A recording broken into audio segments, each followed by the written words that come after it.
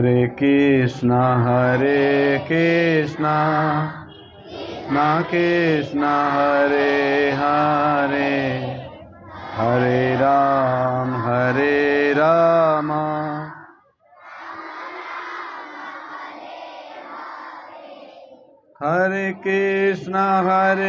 कृष्णा कृष्णा कृष्णा हरे हरे, हरे राम राम राम हरे हरे, हरे कृष्णा कृष्णा कृष्णा हरे हरे, हरे राम राम राम हरे हरे, हरे कृष्णा कृष्णा कृष्णा हरे हरे, हरे राम राम राम हरे, हरे कृष्णा कृष्णा कृष्णा हरे हरे, हरे राम राम राम। जय प्रभुपद प्रभुपद जय प्रभु। हरे कृष्णा। ओम नमो भगवते वासुदेवाय,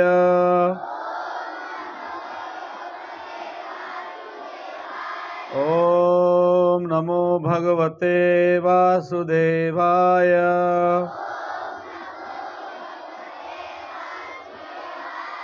ओम नमो भगवते वासुदेवाय।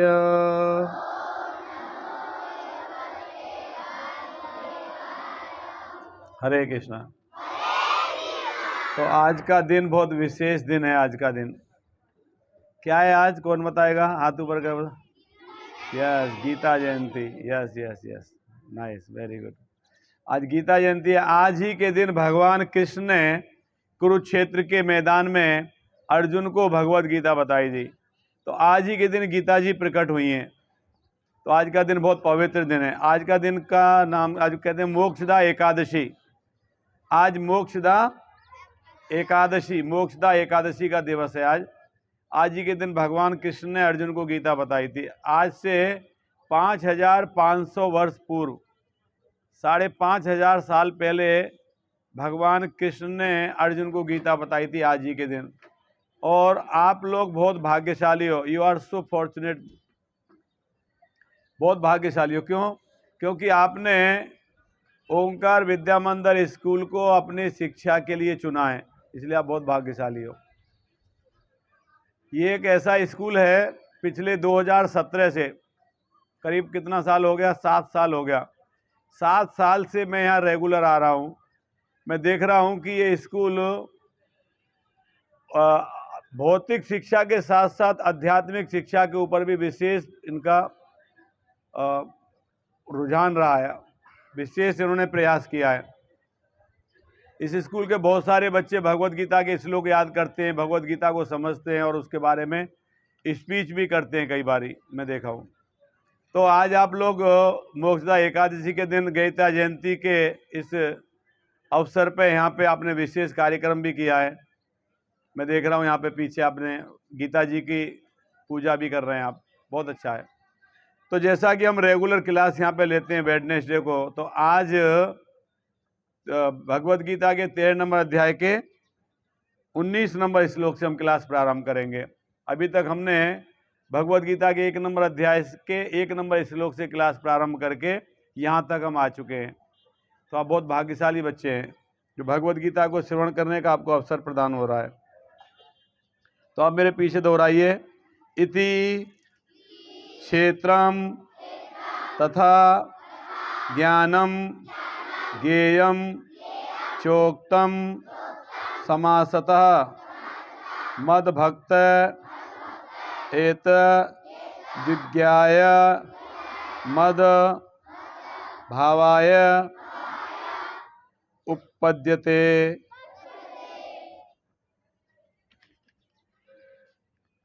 तो भगवान कृष्ण इसमें बता रहे हैं, इस प्रकार मैंने कर्म क्षेत्र यानी शरीर अर्जुन के प्रश्न थे ना, क्षेत्र क्या है, क्षेत्र कौन है, ज्ञान क्या है, ज्ञेय क्या है, अर्जुन ने ऐसे प्रश्न पूछा था। तो भगवान बता रहे हैं क्षेत्र, क्षेत्र मतलब ये शरीर, दिस बॉडी, है ना। इसके बाद मैंने क्षेत्र, ज्ञान, ज्ञेय का संक्षेप में वर्णन किया है। अभी तक भगवान ने क्षेत्र के बारे में बताया थे, शरीर के बारे में बताया, ज्ञान के बारे में बताया, ज्ञान क्या है, ज्ञेय के बारे में बताया, और इसे केवल मेरे भक्त ही पूरी तरह समझ सकते हैं। तो भगवान कह रहे हैं जो मैं बता रहा हूं वो खाली भक्त ही समझ सकते हैं, यानी those are not devotee, those are not in mood of goodness, those are not spiritual, they can not understand Bhagavad Gita. वो भगवद गीता नहीं समझ सकते। भगवद गीता को समझने के लिए भगवान का भक्त होना आवश्यक है। You must have faith. भगवान में आपको श्रद्धा रहेगी तभी आप भगवद गीता के उपदेशों को समझोगे, और जब समझोगे तो अपने जीवन में उतारोगे, और जीवन में उतारोगे तो आपका जीवन धन्य हो जाएगा, आप सुखी हो जाएंगे, हैप्पी लाइफ। मगर जिन लोगों को नसीब में जिनके कर्म हैं, जिनको दुख भोगना है, वो भगवद गीता का उपहास करेंगे, भगवान का उपहास करेंगे और भगवद गीता को नहीं समझेंगे, क्योंकि उनके कर्म ऐसे हैं, उनको दुख भोगना है। आप उनके सामने भगवद गीता लेकर बैठ जाओगे तो भी भगवद गीता नहीं पढ़ेगा, समझेगा भी नहीं, समझना भी नहीं चाहेगा। भगवान की जब तक श्रद्धा नहीं आएगी तो भगवद गीता को नहीं समझोगे, और भगवद गीता को समझे बिना कोई व्यक्ति अपने जीवन में सुखी नहीं हो सकता, नॉट पॉसिबल। भगवद गीता को समझेगा तभी जीवन में सुखी होगा। Gita is not only a spiritual book, this is a manual of life. भगवान ने बताया है कि हमको जीवन कैसे जीना है, भगवद गीता इसीलिए है। तो भगवान कह रहे हैं यहाँ पे कि इसे केवल मेरे भक्त ही पूरी तरह समझ सकते हैं, भक्त के अलावा और कोई नहीं समझेगा, और इस तरह मेरे स्वभाव को प्राप्त होते हैं। भक्त को ऐसा कहा है जो भगवान के भक्त होते हैं उनमें देवीय गुण होते हैं, देवताओं के गुण उनमें आ जाते हैं जो भगवान की भक्ति करते हैं। यानी देवताओं भी उन लोगों का एसोसिएशन करना चाहते हैं जो भगवान के भक्त हैं।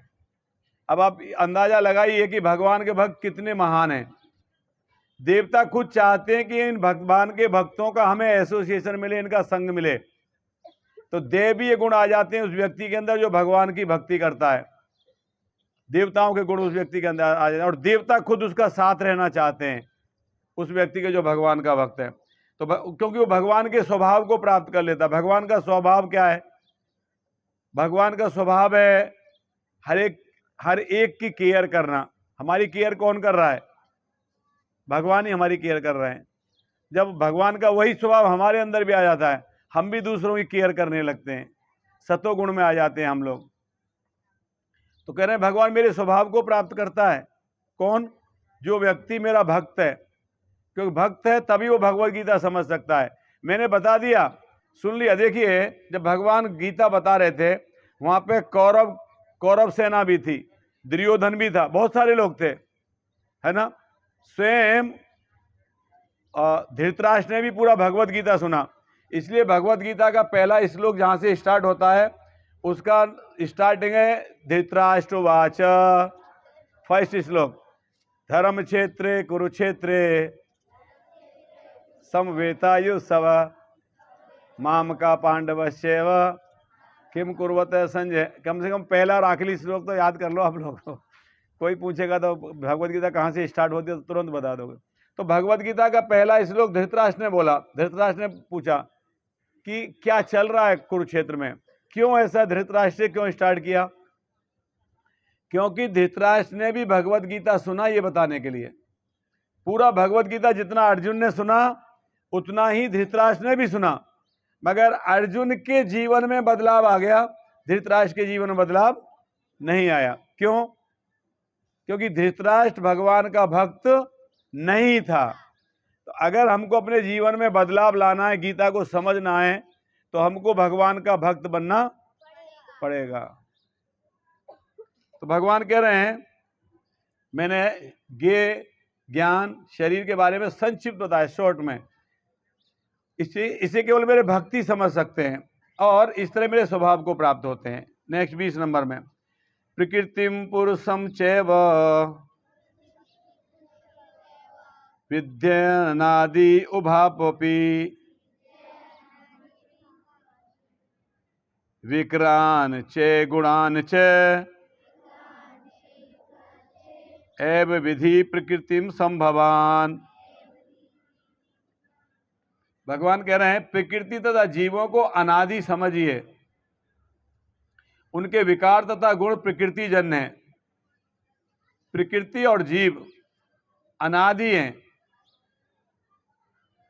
जो जीवात्मा है, जो स्पिरिट सोल है, वो कभी नष्ट नहीं होता। ये शरीर नष्ट होता है, दिस बॉडी, और जो स्पिरिट सोल है, हमारी जो आत्मा है, वो नष्ट नहीं होती। यानी जीवात्मा अनादि है। जैसे भगवान शाश्वत हैं, ऐसे ही जीवात्मा भी शाश्वत है, इटर्नल है, हमेशा रहने वाला है, इस प्रकार से। और जीवात्मा के जो गुण हैं या जो विकार हैं, वो प्रकृति जन्य, प्रकृति से, प्रकृति क्रियमाणानि गुणे कर्माणि सर्वशः अहंकार विभूड आत्मा कर्ता महति मनते, भगवत गीता का श्लोक। प्रकृति क्रियमाणानि, तो हम जो भी कार्य करते हैं प्रकृति के द्वारा, प्रकृति से अर्जित गुणों के द्वारा करते हैं। प्रकृति के द्वारा अर्जित गुणों के द्वारा ही हम कार्य करते हैं। 3 प्रकार के गुण हैं, मालूम है आपको? याद है? किस किस को याद है? आप बोलिए, एक आप बताइए। हाँ हाँ, वेरी गुड, वेरी क्लैपिंग। तमोगुण, रजोगुण, सतोगुण, 3 प्रकार के गुण हैं।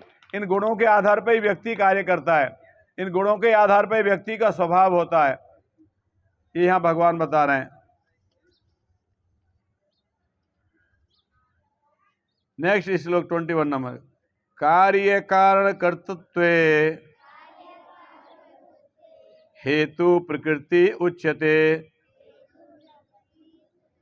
पुरुष सुख दुखानाम भोक्तवे हेतु उच्यते। भगवान बता रहे हैं प्रकृति के समस्त भौतिक कारणों तथा कार्यों की हेतु, प्रकृति समस्त भौतिक कारणों तथा कार्यों की हेतु कही जाती है, और जीव इस संसार में विविध सुख दुख के भोग का कारण कहा जाता है। तो भगवान बता रहे प्रकृति, ये नेचर, समस्त भौतिक कारणों, जो भी भौतिक रूप से जो प्रकृति में जो उत्पन्न हो रहा है, उसके पीछे कौन है? प्रकृति। और कारणों और कार्यों की हेतु कही जाती है। जो भी हमारे कार्य हम संपन्न कर रहे हैं, जो भी हम प्रकृति में देख रहे हैं, ये भौतिक जगत में देख रहे हैं, सब प्रकृति के द्वारा ही संभव है, क्रिएशन है। देखिए प्रभुपाद जी इसके विषय में क्या कहते हैं, पढ़ लेते हैं तात्पर्य में। जीवों में शरीर तथा इंद्रियों की विभिन्न अभिव्यक्तियां प्रकृति के कारण हैं। जीवों में शरीर तथा इंद्रियों की विभिन्न अभिव्यक्तियां, जीवात्मा का शरीर और इंद्रियां, ये प्रकृति जन्य हैं। कुल मिला के 84 लाख भिन्न भिन्न योनियां हैं, 84 लाख प्रकार की योनियां, ये सब प्रकृति जन्य हैं, प्रकृति से ही सब उत्पन्न होते हैं। जितनी भी योनियां हैं, भगवान पुरुष हैं, अहम बीज प्रतपता, भगवान कहते हैं सर्व योनेषु कौन्तेय है, और प्रकृति माता है। माता पुरुष के द्वारा, यानी भगवान, परम भगवान के द्वारा इसको, जीवात्माओं को गर्भस्थ किया जाता है प्रकृति में, और फिर वहां से प्रकृति से सब कुछ उत्पन्न होता है। जैसे पिता माता के गर्भ में वीर्यदान करता है, ठीक उसी प्रकार से भगवान अपना दृष्टिपात करके इस प्रकृति, नेचर के अंदर से जीवों को उत्पन्न करते हैं। तो 84 लाख प्रकार की योनियां हैं। इस प्रकार शरीर या उस शरीर में रहने की इच्छा करता है व्यक्ति। जीव विभिन्न इंद्रिय सुखों से ये योनियां मिलती हैं, जो इस प्रकार इस शरीर या उस शरीर में रहने की इच्छा करता है। जब उसे विभिन्न प्रकार शरीर प्राप्त होते हैं, तो वह विभिन्न प्रकार के सुख और दुख भोगता है। तो जैसा व्यक्ति का स्वभाव होता है, जैसा व्यक्ति की नेचर होती है, वैसा ही व्यक्ति को शरीर प्राप्त होता है। हम ये जन्म में जैसा स्वभाव होगा, जैसा हमारे कर्म होंगे, अगले जन्म में हमें वैसा ही शरीर मिलेगा। अगर हमने पाप कार्य किए हैं, घिनौने कार्य किए हैं, गलत कार्य किए हैं, भगवान अगर हमको पनिशमेंट देना चाहते हैं, अगर भगवान चाहता है we have to eat stool, तो भगवान हमें सूअर का जन्म दे देंगे। अगर हमने गलत कार्य किए हैं तो भगवान सूअर का जन्म, मनुष्य तो नहीं कर सकता ना ऐसा कार्य, सूअर कर सकता है बड़े प्रेम से। तो हम जब हमको पनिशमेंट देना होगा भगवान ने, वैसा ही हमें शरीर दे देंगे। हाँ, अगर कोई व्यक्ति दया नहीं रखता है, हत्या करता है, पाप करता है, मांस खाता है, भगवान उसको भेड़िया का शरीर दे देंगे, फिर वो मार के खाएगा, खरीद के भी नहीं लाना पड़ेगा उसको। तो जैसा हमारा स्वभाव होगा, जैसे हमारे कर्म होंगे, वैसे ही अगला हमारा जन्म होगा। भगवान कहते हैं अंतकाले च मामेव ईश्वर मुक्तवा कलेबरम, अंतिम समय में at the time of the death, जैसा हमारी चेतना होगी वैसा ही हमको अगला जन्म मिलेगा। अगर कोई अंत समय में भगवान का स्मरण करेगा, अगर किसी की चेतना भगवान में होगी तो निश्चित रूप से भगवान के धाम में जाएगा। और अगर चेतना भौतिक जगत के किसी वस्तु से प्रति आसक्त होगा तो उसी से संबंधित उसका जन्म हो जाएगा, अगला जन्म। ये भगवान बता रहे हैं। कह रहे हैं उसकी मूल अवस्था में भोग में कोई संदेह नहीं रहता है, वही उसकी वास्तविक स्थिति है। वह प्रकृति पर प्रभुत्व जताने के लिए भौतिक जगत में आता है। हम प्रकृति में प्रभुत्व जताना चाहते हैं। हम हमेशा मास्टर बनना चाहते हैं, सर्वेंट बनना नहीं चाहते, स्वामी बनना चाहते हैं, सेवक बनना नहीं चाहते। हमारा एटीट्यूड रहता है आई एम द सुपीरियर, मेरे जैसा कोई है नहीं, मैं सबसे महान हूं, ये हमारा मूड रहता है। तो हम प्रकृति के ऊपर प्रभुत्व जमाना चाहते हैं, उसका स्वामी बनना चाहते हैं, मास्टर बनना चाहते हैं।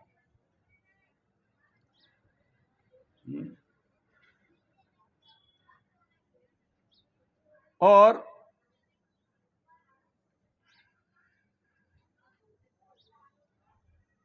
वैकुंठ लोक में ऐसी कोई वस्तु नहीं होती। वैकुंठ लोक शुद्ध है, किंतु भौतिक जगत में प्रत्येक व्यक्ति विभिन्न प्रकार के शरीर सुखों को प्राप्त करने कठिन संघर्ष में रत रहता है।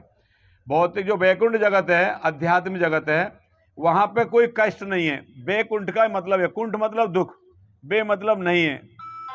जहां दुख नहीं है उसको वैकुंठ कहते हैं।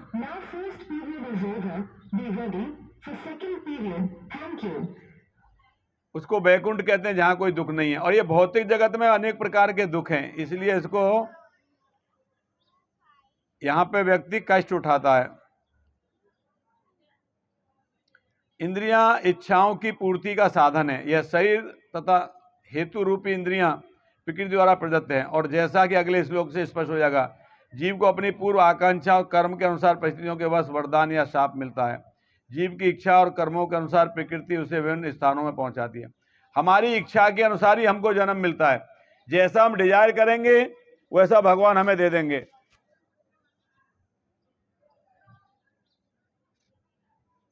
एक प्रकार का शरीर प्राप्त हो जाने पर प्रकृति के वश में हो जाता है, क्योंकि शरीर पदार्थ होने के कारण प्रकृति के नियमानुसार कार्य करता है। क्योंकि जो शरीर है ये प्रकृति से बना है और ये प्रकृति के नियम के अनुसार ही कार्य करेगा, है ना। तो इसलिए व्यक्ति बद्ध हो जाता है, जड़ बद्ध हो जाता है। बद्ध मतलब बंधन, और प्रकृति के गुणों के आधार पर कार्य करना प्रारंभ कर देता है। उस समय शरीर में ऐसी शक्ति नहीं कि वह उस नियम को बदल सके। मान लीजिए कि जीव को कुत्ते का शरीर प्राप्त हो गया, जो ही वह कुत्ते के शरीर में स्थापित किया जाता है उसे कुत्ते की भांति आचरण करना होता है, अन्यथा वह अन्यथा आचरण नहीं कर सकता। तो अगर व्यक्ति को, जीवात्मा को कुत्ते का शरीर मिल गया तो उसे कुत्ते के जैसे ही व्यवहार करना पड़ेगा। ये समझने में बहुत हार्ड नहीं है। देखो, जैसे ही आप ये समझ लीजिए, आत्मा कभी मरता नहीं है, आत्मा एक ही रहता है। शरीर हमारा बदलता है, स्वभाव के अनुसार हमको शरीर मिलता है। अगर किसी व्यक्ति का स्वभाव ऐसा है कि उसको कुत्ते का शरीर मिलना चाहिए नेक्स्ट जन्म में, तो कुत्ते का शरीर मिल जाएगा। जैसे कुत्ते का शरीर मिलेगा उसके कार्य उसी प्रकार के हो जाएंगे। गंदी चीजें खाना, गंदे में रहना, है ना। और एक एग्जाम्पल प्रोपाइज दे रहे हैं सुअर का। सुअर यदि जीव को सूकर का शरीर प्राप्त होता है तो वह मल खाने तथा सूकर की भांति रहने के लिए बाध्य है। अगर सूअर का शरीर मिल गया तो क्या करेगा? वो कोई पकवान बनाए खिलाएगा उसको? वही खाना है उसको। तो जैसा शरीर मिलेगा वैसा ही कार्य करना वो बाध्य है, बंधा हुआ है, बंधन है, वैसा ही करेगा वो कार्य। और इसीलिए उसको शरीर मिला है, पनिशमेंट के लिए उसको शरीर मिला है। इसलिए हमको अपने आचरण को बहुत सावधानी से करना चाहिए। अगर हमारे आचरण गलत होंगे, हमारा स्वभाव गलत होगा, चेतना दूषित हो जाएगी और अगले जन्म में हमें ऐसी ही कोई निम्न योनि में जन्म मिल जाएगा, पूरा जीवन हमारा बेकार हो जाएगा। इसलिए प्रभुपाद जी एक बार कह रहे थे कि प्रभुपाद जी लॉस एंजलिस में 1977 में लेक्चर दे रहे थे, यूनिवर्सिटी में, लॉस एंजलिस, अमेरिका में, यूएसए। प्रभुपाद जी कह रहे थे ये जन्म में अगर कोई व्यक्ति प्रेसिडेंट है, हजारों हजार व्यक्ति उसकी सेवा में लगे हुए हैं, बहुत सारे सिक्योरिटी गार्ड हैं, डॉक्टरों की टीम है, कुकिंग के लिए अलग से हैं, गार्डनिंग के लिए अलग से हैं, कितने सारे लोग उसकी सेवा कर रहे हैं क्योंकि प्रेसिडेंट है वो। और अगले ही जन्म में अगर मान लो उसको कुत्ता बनना पड़ा उसके कर्म के अनुसार, तो फिर क्या फायदा ऐसा प्रेसिडेंट बनने से? इससे तो वो व्यक्ति अच्छा है जो हैंड टू माउथ है, रोज ला रहा है, रोज खा रहा है, मगर उसका चेतना भगवान में लगा हुआ है और अगले जन्म में ही वो वैकुंठ में जा रहा है, वैकुंठ भगवान के धाम में जा रहा है। तो प्रेसिडेंट ज्यादा अच्छा है कि वो व्यक्ति ज्यादा अच्छा है जो हैंड टू माउथ है? जो हैंड टू माउथ है वो ज्यादा अच्छा है। ऐसा प्रेसिडेंट बन के क्या फायदा? तो जैसा हमारे कर्म रहेंगे वैसा हमें सही प्राप्त होगा, यही प्रकृति का नियम है, लॉ ऑफ नेचर, है ना। फिर 22 नंबर, इसमें और स्पष्ट हो जाएगा। पुरुष प्रकृस्थो स्थितो ही, पुरुष प्रकृति स्थितो ही, भुक्ते प्रकृति जान गुणान, कारणम गुण संगस्य सद असद योनि जन्मसु। इसमें और स्पष्ट हो गया, वही चीज सेम है। इस प्रकार जीव प्रकृति के तीनों गुणों का भोग करता हुआ प्रकृति में ही जीवन बिताता है। यह उस प्रकृति के साथ उसकी संगति के कारण है। इस तरह उसे उत्तम और अधम योनियां मिलती रहती हैं। बता रहे हैं जो जीवात्मा है, जो आत्मा है, प्रकृति के 3 गुणों का भोग करता है, सतोगुण, रजोगुण, तमोगुण। या तमोगुण में रहेगा, या रजोगुण में रहेगा, या सतोगुण में रहेगा। तो जैसे गुण में रहेगा वैसा ही उसका स्वभाव होगा, वैसी चेतना, वैसी कॉन्शियस डेवलप्ड हो जाएगी और उसी के अनुसार उसको अगला सद असद योनि जन्मसु, उत्तम हाईली प्लैनेट में जा सकता है और लोअरली प्लैनेट में जा सकता है, देवता भी बन सकता है और पशु भी बन सकता है। तो ये जो हमारा मनुष्य का जो शरीर है ना, ये एक्चुअली जंक्शन है, जंक्शन, रेलवे जंक्शन होता है ना, वहां से बहुत सारे ट्रैक जा रहे हैं, आपको जो ट्रेन में चढ़ना है उसमें चढ़ सकते हो, बहुत सारे ट्रैक है यहाँ। पशु जीवन में चॉइस नहीं है हमारे पास, वी हैव नो चॉइस। अगर पशु का शरीर मिला है तो हमारे पास कोई चॉइस नहीं है, हम कोई भक्ति नहीं कर सकते पशु के शरीर में, मगर मनुष्य के शरीर में हमारे पास चॉइस है। मनुष्य के शरीर में आप अच्छे काम भी कर सकते हो और बुरे काम भी कर सकते हो। बुरे काम करोगे तो उसका पनिशमेंट मिलेगा, निम्न लोकों में, निम्न योनियों में जन्म हो जाएगा। अच्छे काम करोगे तो उसका अवार्ड मिलेगा, रिवार्ड मिलेगा, आप देवता बन सकते हो, हाईली प्लैनेट्स में जा सकते हो, है कि नहीं। तो ये मनुष्य के जीवन में हमारे पास चॉइस है, बाकी कोई जीवन में चॉइस रहता नहीं है। और मनुष्य जीवन को अगर हमने वेस्ट कर दिया, अगर मनुष्य के जीवन को हमने, इधर ध्यान दीजिए अटेंटिवली, इधर देखिए, इधर देखिए, ध्यान से सुनिए, 5 मिनट और है। अगर मनुष्य के जीवन को हमने वेस्ट कर दिया तो हमको बहुत पछताना पड़ेगा। इसलिए बहुत सावधानी से जीवन जीना चाहिए, बहुत सावधानी से हमें अपने अंदर गुण लाने चाहिए। अवगुण नहीं आए हमारे अंदर, गुण आने चाहिए, अवगुण नहीं आना चाहिए। तो कह रहे हैं कि ये प्रकृति के तीनों गुणों का हम भोग करते हैं और इसी में जीवन बिताते हैं, प्रकृति में ही, और इसी की संगति के कारण, प्रकृति की संगति के कारण, ड्यू टू एसोसिएशन, हम सद असद योनि जन्मसु, उत्तम या अधम योनियां हमको प्राप्त होती हैं। तो इसलिए बहुत सावधानी के साथ में आपको लोगों का संग भी करना चाहिए। कैसी एसोसिएशन में आप रहते हो इसका बहुत प्रभाव पड़ता है। अच्छे लोगों में रहोगे तो अच्छी चीजें आएंगी, और बुरे लोगों में रहोगे तो बुरी चीजें आएंगी। बुरे लोगों में रहोगे तो वैसे ही आपकी भी नेचर हो जाएगी, अच्छे लोगों में रहोगे तो अच्छी आपकी नेचर हो जाएगी। और जैसा आपका नेचर रहेगा वैसा आपका कर्म रहेंगे, आपके व्यवहार रहेगा, है ना, डीलिंग्स रहेगी दूसरों के साथ, और उसी के अनुसार आपको अगला जन्म मिलेगा। अभी 23 नंबर लास्ट। उपदृष्टानुमंता च भर्ता भोक्ता महेश्वर, परमात्मेति चाप्युक्तो देहिन स्मन पुरुष है पर।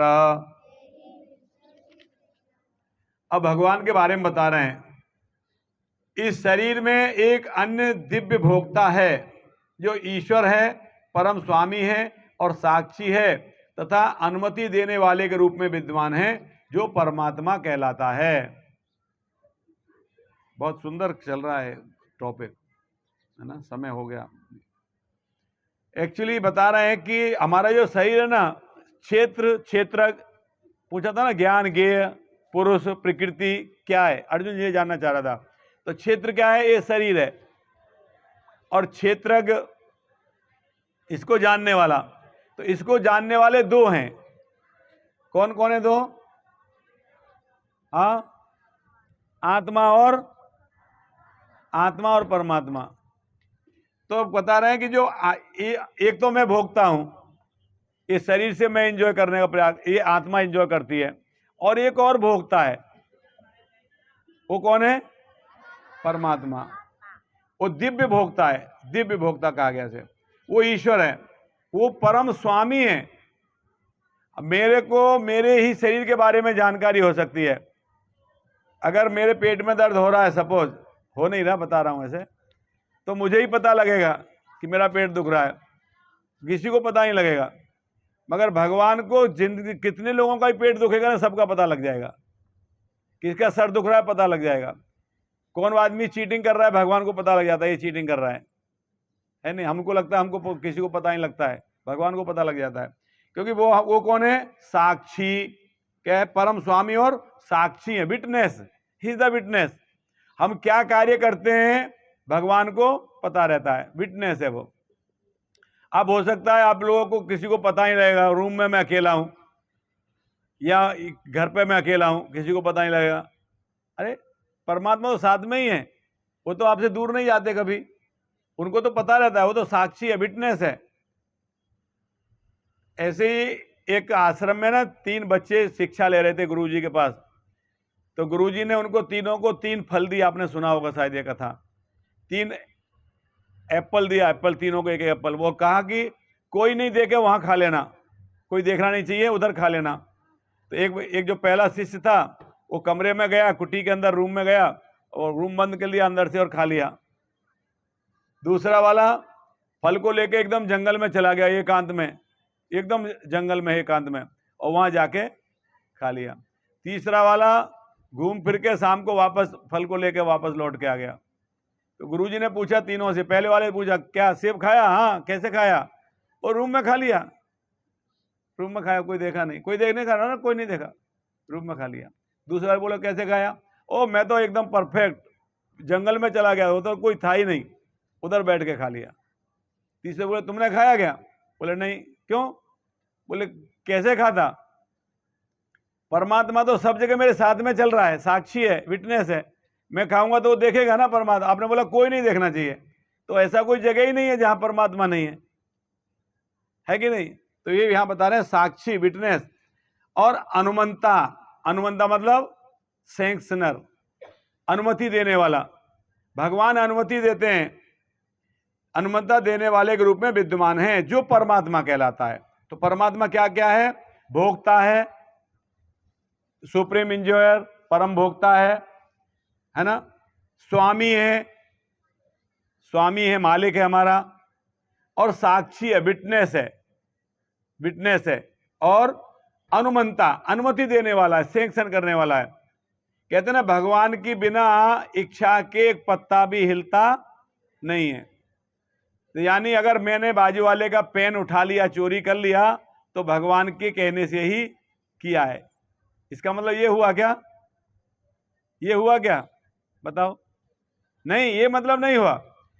इच्छा मैंने किया, इसका पेन चोरी करना है, इसका इच्छा मैंने किया, भगवान ने अनुमति दिया, तेरी मर्जी, करना है कर ले, पकड़ा जाएगा, तुझे ही पिटाई होगी। भगवान की अनुमति के बिना कुछ होता नहीं है, मगर भगवान आपको सैंक्शन करते हैं, जस्ट अनुमति देते हैं, हाँ ठीक है, नहीं मानता करो। जैसे एक बालक है, पंखा चल रहा है, छोटा बालक, आपके जैसा नहीं, थोड़ा और छोटा, जूनियर केजी से भी छोटा, और जैसे पंखा चल रहा है उसमें उंगली लगाता है बार बार, पिताजी मना करते हटा, लग जाएगा, हटा, लग जाएगा, बार बार लगाता है, पिताजी पंखा बंद कर देते हैं, बंद कर, जब स्लो घूम रहा हो तो बोला अभी लगाता है, खट से लगता है, तुरंत फिर हाथ ऐसे कर लेता है, अभी लगाएगा वो दोबारा, अब नहीं लगाएगा क्योंकि एक बार लग गया उसको। पिताजी मना कर रहे थे तो नहीं मान रहा था, बार बार लगा रहा था, वो बार बार उनका ध्यान उधर जा रहा था, एक बार लग गया तो अभी नहीं लगाएगा। तो भगवान बोलते हैं तेरी मर्जी, ठोकर लगेगी तो बाद में अपने आप अकल आ जाएगी तेरे को। इसलिए भगवान अनुमति दे देते हैं, भगवान सैंक्शन कर देते हैं, भगवान रिकमेंड नहीं करते, सिफारिश नहीं करते कि तुम ये काम करना है। कार्य हम सेलेक्ट करते हैं, चूज हम करते हैं, हमारा स्वभाव चूज करता है अच्छे काम करने, बुरे काम करने, मगर भगवान की अनुमति के बिना नहीं हो सकता है। भगवान की अनुमति के बिना तो मैं हाथ भी नहीं उठा सकता हूं, हाथ में पैरालाइज हो जाएगा तो उठेगा क्या? ये लकवा मार जाएगा तो नहीं उठेगा। तो कार्य तो अनुमति सब भगवान देते हैं, मगर भगवान रिकमेंड नहीं करते, सिफारिश नहीं करते तुमको ये करना है, ये नहीं करना है, नहीं, तो तुम्हारी मर्जी, एज यू विश। अगर भगवान हमको स्वतंत्र नहीं छोड़ते तो हम में और पत्थर में फर्क क्या होता? हमें भगवान ने फ्री विल दिया है, स्वतंत्रता दी है, और वो स्वतंत्रता का हम दुरुपयोग कर रहे हैं या सदुपयोग कर रहे हैं, ये हमारे ऊपर निर्भर करता है। भगवान ने स्वतंत्रता दे दी है, बुरे कर्म करना करो, मांस खाना खाओ, खूब खाओ, शराब पीना पियो, जहां जाना है जाओ, जुआ खेल खेलो, मंदिर जाना हाँ जाओ, पूजा करनी हरे करो, तुम्हारी मर्जी। जैसे एक बिल्डिंग है, एक बिल्डिंग में 3 फ्लोर हैं, फर्स्ट फ्लोर में बियर बार है, दारू मिलती है, सेकंड फ्लोर में डांस हो रहा है, थर्ड फ्लोर में मंदिर है, वहां आरती हो रही है। आप ऑटो से निकले, अब चाहिए तो फर्स्ट फ्लोर में घुस जाओ, ड्रिंक करो, चाहे सेकंड फ्लोर में चले जाओ, डांस देखो, चाहे थर्ड फ्लोर में चले जाओ, भगवान के डीटी सजे हुए हैं उसका दर्शन करो। अब कोई ये नहीं कह सकता ये यहाँ पे इसको क्यों बिठाया दारू वाले को, ये आया तो इसके लिए मैं पिया, ये नहीं होता तो पीता नहीं मैं। अरे यहाँ तो ऊपर में मंदिर भी है, वहां भी तो जा सकता था। चॉइस तो तीनों है, चॉइस तो तीनों है हमारे पास, चाहे तो हम कुछ भी कर सकते हैं। वो कैसे चूज करते हैं हम? हमारे स्वभाव से, हमारा स्वभाव हमको लेके जाता है उस जगह पे।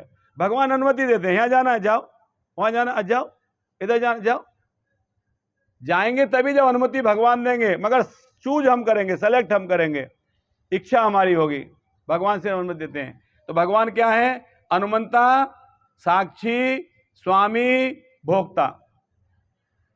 ठीक है, बहुत सुंदर श्लोक है, इसको याद कर लीजिएगा। 13 नंबर अध्याय का 23 नंबर 13.23। तो यहीं तक क्लास करते हैं आज, अगले वेडनेसडे 24 नंबर श्लोक से स्टार्ट करेंगे। 13 नंबर अध्याय 24 नंबर